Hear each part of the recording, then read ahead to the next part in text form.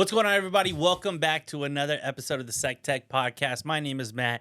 Joined with me, as always, is Ken Williamson. Ken, how you been, man? I've been doing good. Like I was telling you before we started recording, it's been a little bit busy. I'm getting this remodel finished, that we mentioned a couple Yeah, of times, and yeah, got all of my furniture in the living room to remodel the master bedroom, and so it's just kind of cluttered and not sleeping as well, but we're hanging in, just almost finished, and then it's gonna be feeling really good because like this is really the last room that needs to get yeah, remodeled before the house is really. I mean, it's not exactly how I want it to be in the end, but at least every single room is finished. yeah. And that is just gonna feel great. So looking forward to that. Other than that, finally cooled off here. That's wonderful. Yeah, not triple digits, which is nice. And yeah, just busily working on all these projects that we got. So Yeah, a been lot doing of good. plates, spinning right now. It's been a great time to be in tech. Yeah, remodels are always tough. They always cost more than you wanted to pay. They take longer than you wanted it to take. I mean, it's always crazy and complicated. But yeah, a lot going on in the Ken world. Nothing going on in the Matt world. Let me just Yeah. tell you. We've got the baby coming in January, and so man, I cleared the decks the last few months. Like, I'm gonna work. I'm gonna hang out and play video games. Now the weather's down. I'm gonna golf. Just enjoy life before that first baby. Yeah, I was gonna ask you, did you ever finish Elden Ring? That was the one you were working on, El- right? Man, Elden Ring.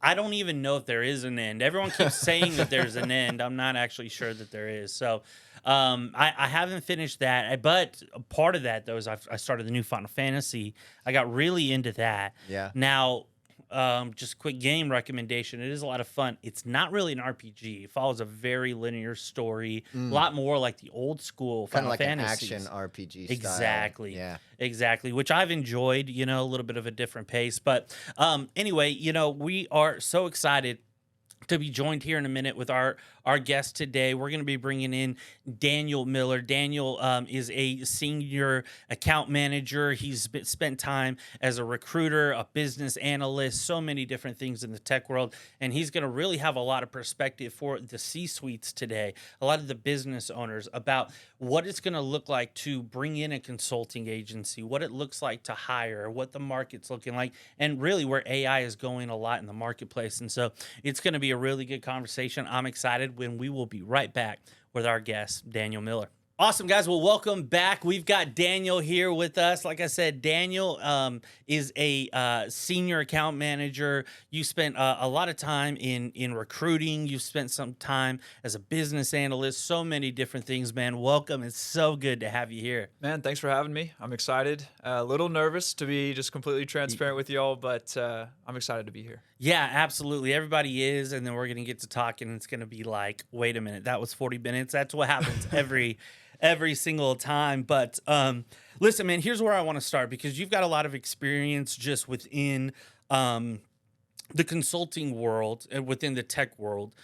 You've brought in a lot of companies for tech work, with consulting agencies. And so what I want to know from you is, I want you to use your experience real quick and just say, Daniel is now the CEO, COO of a company. He's got some digital transformation that he needs to do, and you want to bring in a consulting firm. Let me ask you, man, what are the important keys? What should business leaders be asking companies, consulting companies, before they're bringing on? What kind of questions you need to be asking? What do you need to be looking for if you're going to onboard and give your digital transformation over to a consulting company? Yeah, great question. I've been doing this about 5 years, and it really comes down to a couple of different things, right? I think people that know that they have work that needs to get done, they're feeling pressure from either one of two places. It's either external pressure, so my client base is needing XYZ from me, we're struggling to meet those needs, and we're going to need some help. Or B, it's internal pressure, right? My internal employees aren't as productive, efficient as they could be. we need to get these reports, we need to get these features up and off the ground so that my internal employees have everything they need to be successful. So coming back to that initial question, you can really decide a couple of different things. I like to think of it as seasons, right? You can be in a spring season where you're just kind of being awakened to this issue, whether it's an issue with your clients or issue with your internal team. You could be in the summer where it's like, hey, this is a real thing. We know what the problem is. We know where we need to go. We don't know where we're really at. And then fall is really where it gets super real and scary because it's like, we're coming up on deadlines, right? Yeah. This is like, we promised clients this would be here and we're about to face winter. This is going to be bad. We're going to lose people. Or worse, you have internal employees who you've promised things to. They're not able to do their jobs well and they might leave, right? So identifying where you're at, where the pressure's coming from, and which season that you're in can help you start to formulate, okay, if I need to be at this target state, if I have this end result in mind, how do we get there? And really, that's where I would start, is identifying your target state. Where do we want to be? What does success look like? Great. Now I can start to see a little bit of a game plan of how we can get there and start to vet different outsourcing companies, resources that can get me through those steps as efficiently and cost effectively as possible. So are you saying that you would, identify your season, go to and say, okay, here's where we're at. How are you going to get me through that season? 100%. And I can even speak to, like, a lot of times when outsourcing onboarding fails, right? It's a lack of buy-in from the C-suite, from the decision makers, the key stakeholders internally at that organization. The reality is, like, you can't just hand over the keys and expect someone to drive, right? You know your business process better than anyone from the outside ever could. So it really takes, I won't sugarcoat it, like, there is a higher level of effort, especially in the early days of onboarding a consulting team, because you're going to have to explain and walk them through bottlenecks, business processes, business logic. This is where the data's at. These are the data schemes. These are the hurdles that we're running into. Without that buy-in from C-suite, directors, whatever it is, the key stakeholders at that organization, it's really hard to be successful. Gotcha. Yeah. Well, I mean, and that brings us back to something that, we had Sam Haynes on as product owner, who talked a lot about how do you get that buy-in and explain to them that it's not just hand this off to me, I'm gonna run with it. There's an interaction there that's ongoing that you have to manage. So when you're talking to these companies about digital transformation, what do you say to them to kind of get them thinking about what is digital transformation? Like, how do you explain it to them what we're talking about when we say, we think that, it's 2023, everybody's going digital, but what does that mean really? And how do you explain it to them? Because this is something that always interests me is how do you bridge that communication gap to somebody that, is maybe not as technical, is probably still a really smart guy, business savvy, but just doesn't understand the nuance of how digital transformation works and what exactly you mean when you say it. Great question. And I think one thing I would add to your question is that individual is almost always exceedingly busy. They have no time, right? They don't understand what they need and they have no time. So a couple of things that we can do. Everyone talks about, like, previous work history and what we've been able to achieve and automation that we've been able to implement, saving time, saving money, saving effort for different organizations. That speaks volumes. The issue there is that everyone's business is unique, right? They're in a niche, they're in a niche, whatever, however you want to say it. They do things exclusively their way, and that's what makes them successful. So it kind of goes back to what we were just talking about. If they don't have an idea of their needs, that conversation is exceedingly difficult, right? They might come into the conversation saying, hey, I run these reports, these PDFs aren't rendering, that's a problem. Can you help me? Yeah. And really the conversation is, yes, I can help you, but let's not just address that issue. Let's take a look at what's really going on underneath. Where is this data at? Is your data clean? Are your data structures solid? Are your data schemes documented? Because here's the thing, we can put a Band-Aid on this, and we see consulting shops do this all the time. I'm going to fix your initial problem, but at the end of the day, 6 months, 9 months later, there's going to be new releases, technology gets updated, and you're at the same place that you were, right? Right. Right. So when they give me an initial problem, it's really like I have a key 15, 20-minute opportunity window where I get to sit down with them and say, I hear what you're saying, I understand your problem, and we can deliver a solution. However, with that, here's our process, and I map out here's what discovery looks like. And with that, we're going to uncover some really ugly truths about your organization that you're not alone in, everyone has. But without the understanding of these ugly truths, the value we provide is going to be limited to a 9, 12, 18-month fix. And then you're going to be back in the same place again next year, calling us again. Like, let's get you surgery. Let's not put a Band-Aid on this. You know what I mean? Yeah. No, Yeah. I love that. I love that. And I one of the things that, I've come to realize in working with, companies in the consulting world is that if you're working with a company in the consulting world, it means that they're pretty profitable.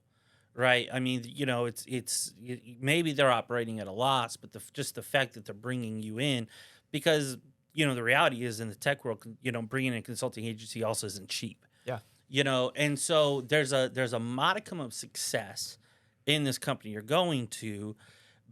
So you kind of have to explain, though there are successes within your company, here's maybe how we can help make you more successful. Sure. And here's some things that maybe could be improved. But I can see how that can kind of be a double-edged sort of a conversation, because you're not really talking to a company or somebody who really views, I mean, they're looking to step up. They're not, most of the time they're not on the ground floor. Right. Right. Yeah, I think that's a really good point. And another thing I would call, just to your attention is like most of the time these folks that are talking to us, they don't understand their problem. They have no time. They just need a fix. Yeah. Most of the mentality of them bringing somebody in from the outside is to cover themselves, is protection. Sometimes it's for growth. Sometimes they're a forward-thinking individual that wants to grow success and accelerate efficiencies, right? Sometimes that's the case, but 99% of the times, I would say, they're bringing someone in because they're scared and they need to protect themselves. Sometimes they can bring in consultants as a scapegoat. Like, hey, I hired these guys, it fell through. I don't know what to tell you. I tried what I tried, right? Yeah. So a lot of times that conversation, it's easy to say, hey, I can add efficiencies here. I can save costs here. I can make you so much better in these different areas. But really, I try to tailor those conversations into, I want to protect you, and I want your team, your effort, your desired outcome to be as seamless as possible so that there's no risk on your end of looking bad. A lot of times that's what these middle managers, high-level managers, C-suite individuals want to hear. I don't want to think about this outcome. I want to be protected, and I want this thing to be done and out. Like I don't want to be involved. You know what I mean? Yeah. Yeah, I mean, going back to the digital transformation and what you were mentioning earlier, you find out all of these things in discovery, and that I think is really the difference between just trying to solve a problem and trying to transform a company.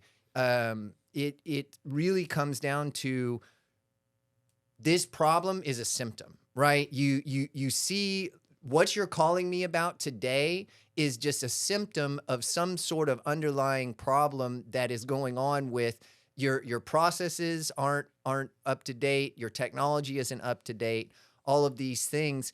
How do you communicate that to them? You touched on it a little bit, but when you're talking to somebody, they say, well, I have this one problem. I want you to solve this one problem.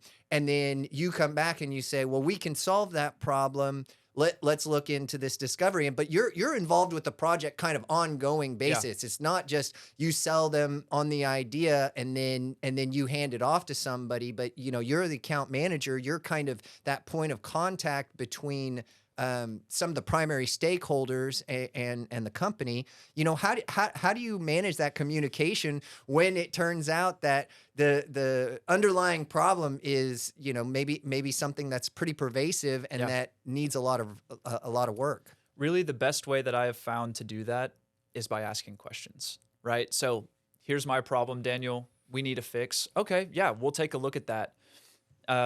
I'd like to use an example. I'm just trying to think of one. It doesn't matter, to be honest. Essentially, by asking the questions and saying like, okay, so uh, when this problem occurs, what are the steps that happen before and what are the steps that happen after? And by walking them through how this symptom, populates across their organization, they start to walk themselves into like, oh, I kind of understand this is bigger than just this anomaly that happens every once in a while. This is a reoccurring thing that happens in the steps before and in the steps after.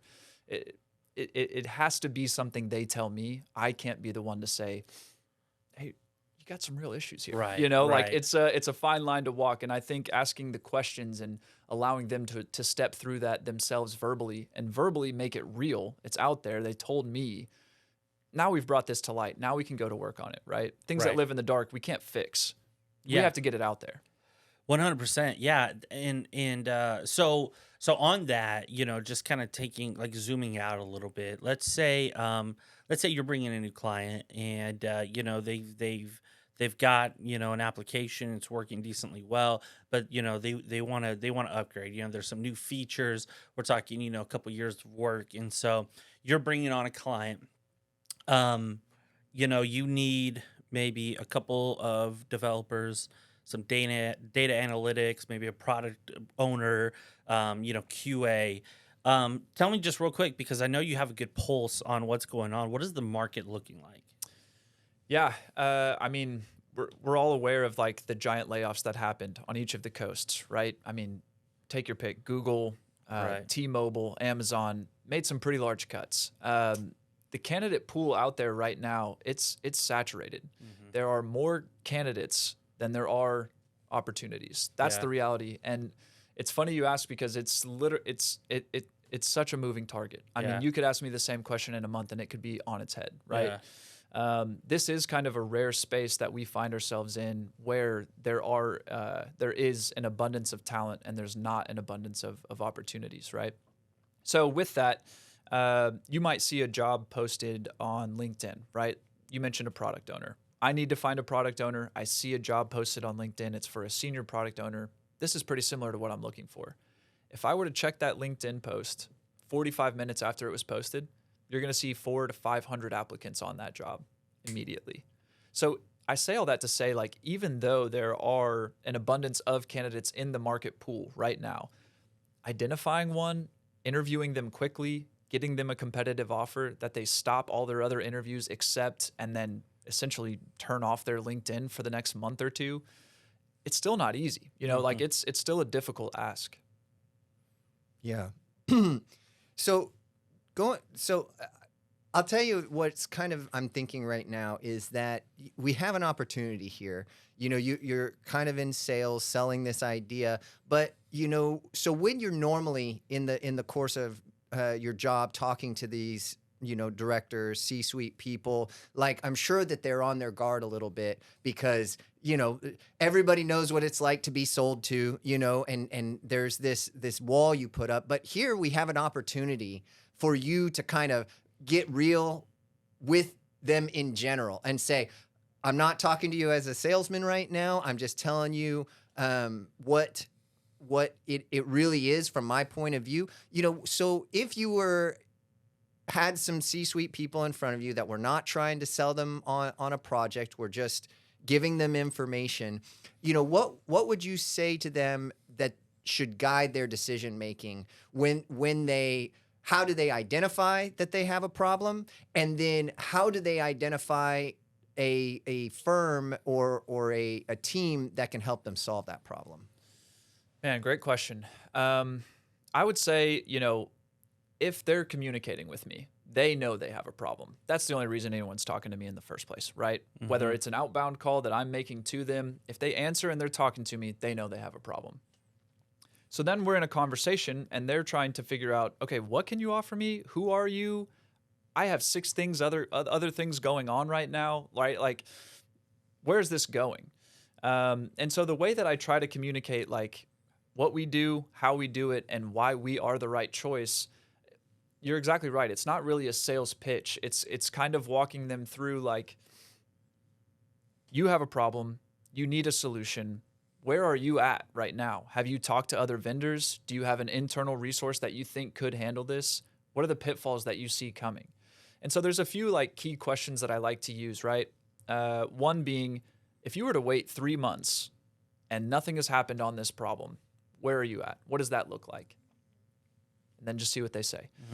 Okay, so we know that this is a time-sensitive problem, or it's not time-sensitive. In 3 months, if nothing happens, we're fine. Okay, so it's not time-sensitive. Okay. What sort of a budget have you talked to your peers, your higher-ups? What sort of a budget do you think you could secure in order to address this problem? From that question, you can decide if money is a big driver. 90% of the time it is. Sometimes it's not. Sometimes it's like, we could throw the kitchen sink at this. This has to get done, or it's going to be a bad winter, right? The last question I like to ask is, have you had experiences with outsourcing before? Where has that led you? What did you find? What did you learn? What are you trying to avoid? What went well? And then from there, we can decide like, okay, maybe an off-the-shelf solution is where you should go. And you should use the certified consultants from that off-the-shelf solution to drive that, implementation or whatever it needs to look like. Or maybe you went offshores with your previous outsourcing experience. If that went well, why, if it's not broke, don't fix it. Go back. A lot of times what I hear is with implementation specialists, they're just a hired hand, right? They have a high bill rate. They're certified Microsoft professional, NetSuite professional, whatever it might be. And they're just there really to collect a paycheck. They don't understand the business process. And so they're just there billing, waiting for requirements. You haven't given them requirements. They're still billing you. Yeah. Offshore, solutions sometimes work great. A lot of times they don't. That happens for a handful of reasons. 1, time zone difference. 2, cultural differences. 3, language barriers. You might be talking to a guy, you interview him, he seems like he could do the job, and 1 week later, that's not the same guy you're talking to anymore. And you're talking to him at 7 p.m. when you should be spending time with your family. You know what I mean? So I hate to beat this dead horse, but it's like you really have to ask the right questions in order for them to open up and talk through, here's where I'm at in this process. Here's where I've identified the problem. I don't have a timeline budget. I do have a financial budget. I've tried this before. Here's what worked. Here's what failed. Okay, well, with that information, we can start to formulate what sort of solutions might be a better next step in this process for you. Yeah, no, that makes perfect sense. I really think, one of the things that I keep hearing you say, or it sounds like it's just communication. It takes the ability for, you to have, you just to open up that communication. And also, though, one of the things that I've just got to imagine in your job, I don't know because I've never done it, but it's just the trust factor because, like we said, bringing in anybody, doing a digital transformation alone just isn't cheap. Whether you're doing it internally, whether you're going to bring in consultants, just not cheap. And if you are going to bring in a consulting agency, you've got to build trust really, really fast because trust is everything in that, in that world, in that position. How do you build trust quickly, to a level where, people can feel comfortable about signing off on, what could be hundreds of thousands of dollars, No, it's a really good question. And it's funny. A lot of folks that we engage with have had experiences before and they're a little bit jaded, right? Yeah. That's a lot of our experience. Yeah. So what we like to do is define clear objectives where, okay, you say this is your problem. Let us do some research, really hone in on this is the actual problem. And it's my job to make sure that the first thing we engage on is small, measurable, and can be delivered. Yeah. Because you're exactly right. Once they have a working relationship with us, right, like we're kind of unique. We're going to deliver working code to you every 2 weeks, regardless of what the objective is. Once they start to get in that flow of like, oh, these guys aren't just like billing me time and I haven't heard from them for 6 months, we deliver one successful output, one successful outcome. That's in their hands. It's in their environment. It's working in production. They're able to share that with their customers, share that with their internal teams. They're seeing the fruit of that. Once that small first measurable outcome has been achieved, the amount of times that I get calls back, like that's probably 80% of our business. Folks that we've worked with before saying, hey, you guys delivered XYZ for us. Would you guys mind taking a look at this over here for us and seeing if that's something that could be automated, right? And that's always so much smoother. So with a new client, it's really about, a lot of conversations will start, here's a problem. And also, this is more of the problem. And also, maybe it would affect this over here, and it grows out of control. So it's really my role to kind of, allow them to go there, but also have that like graceful touch to say, I hear what you're saying. That does sound pervasive. Let's narrow that scope right back down to something that's small, measurable, that we can deliver and get a working relationship in place with smooth communication lines, with measurable outcomes, with delivery points where we're actually saying it's done. Here you go, implemented. We're good. That's really my role, and that's really how we build trust. And it's always a risk for our clients at the beginning. They don't know that we will deliver what we say we will. And it's our job to assure them that we will, and then show them that we have, right? People hate salesmen because we'll just talk till the cows come home. Yeah. Proof's It's all in the about the pudding. action. Proof is in the pudding. I So like that. find something small, deliver that to them. That relationship goes so much smoother after that point. That's awesome. Yeah. So I kind of want to put you on the spot a little bit. And if you don't want to answer, that's okay. But I'm just, you're in this position where you don't have to be necessarily in salesperson mode. And what I'm wondering about is maybe some like, and we can kind of couch it as what do C-suite and directors and middle managers, what do they do that's frustrating to you that makes your job harder? Like, and maybe unreasonable expectations, or what is it like if you were going to say from their point of view, I'm looking at what you're doing, don't do this when you're dealing with a consultant because it just makes things harder on everybody. Man, how much time do we have again, Matt? I'm just kidding. I would say, like, going back to what we talked about before, these folks are exceedingly sharp at what they do. They might not understand digital transformation. They have no time. So limited understanding, no time. Very sharp, worked really hard to get to where they've been, where they are, but maybe don't understand this space. So the number one thing I would say is delegate, right?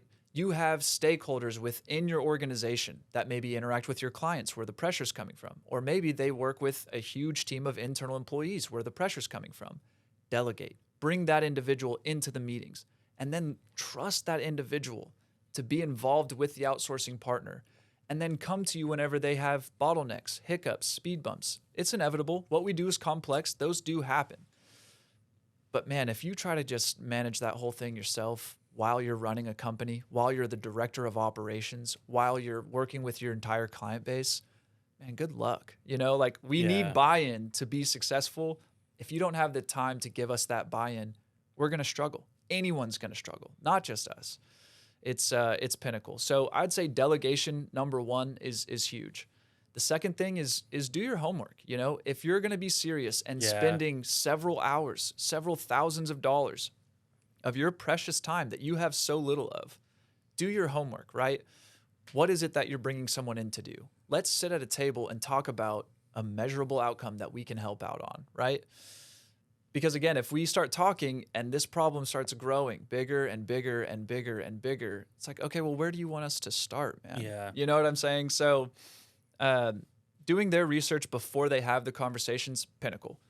And then delegating to their chief stakeholders within their own organization that can walk with the outsourcing partner and help them with their actual problems with the abundant time that they have, that this C-suite individual doesn't, it will pay dividends. That's so good. Yeah, I love that.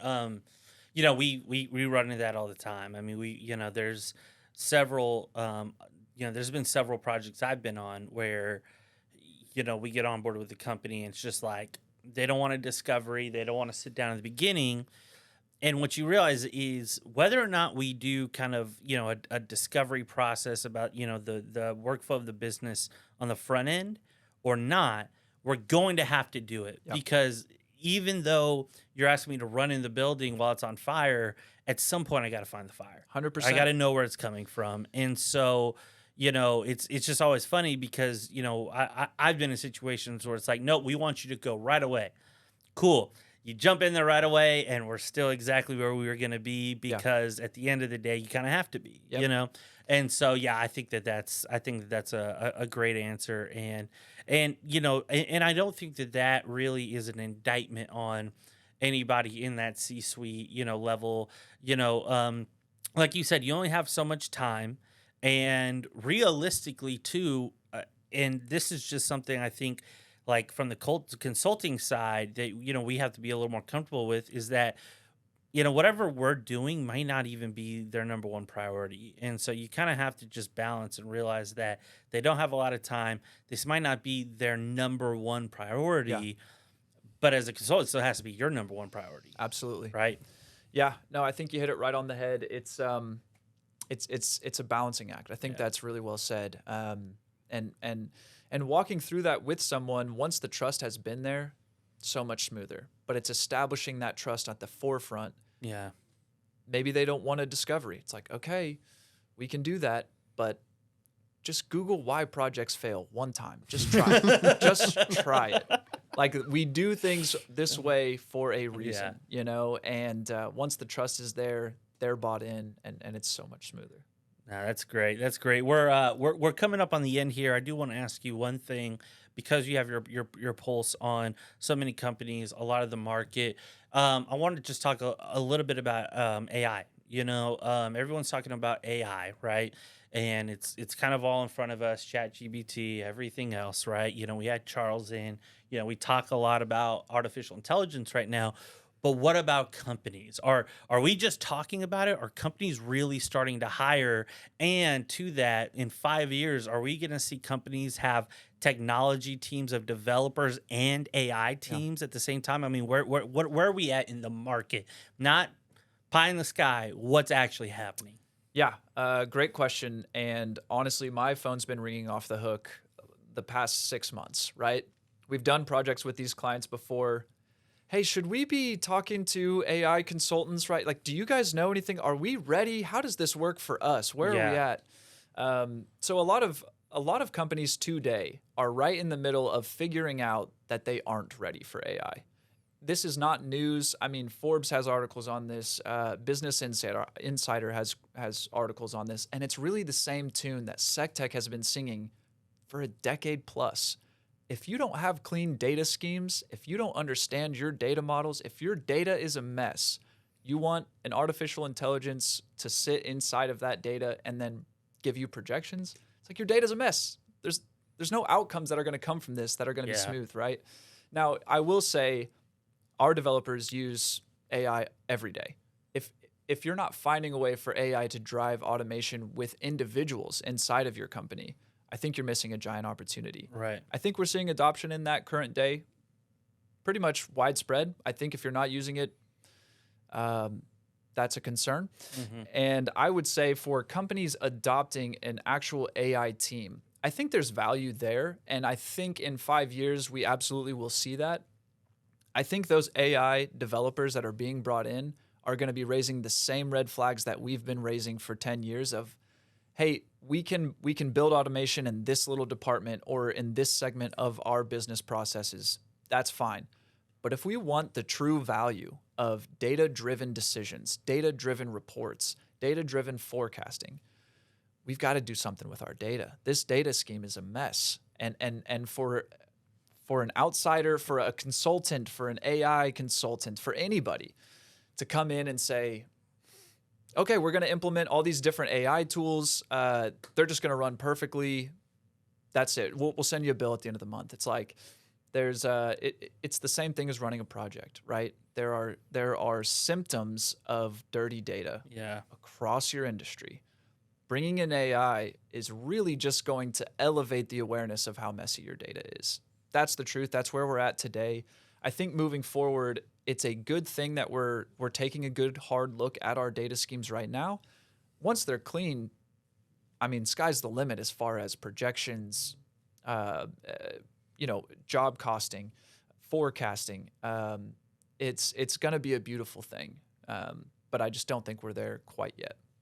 So are you a AI evangelist? Do you like AI, or are you more of an AI phobia person that is afraid that the robot overlords are coming to take us? Great question. I would consider myself a realist. I think the AI overlords are building their armies, if you will. I don't think they're mobile yet. Here's the thing. I think if you are a thought leader in your industry, if you're good at what you do, you have nothing to be worried about.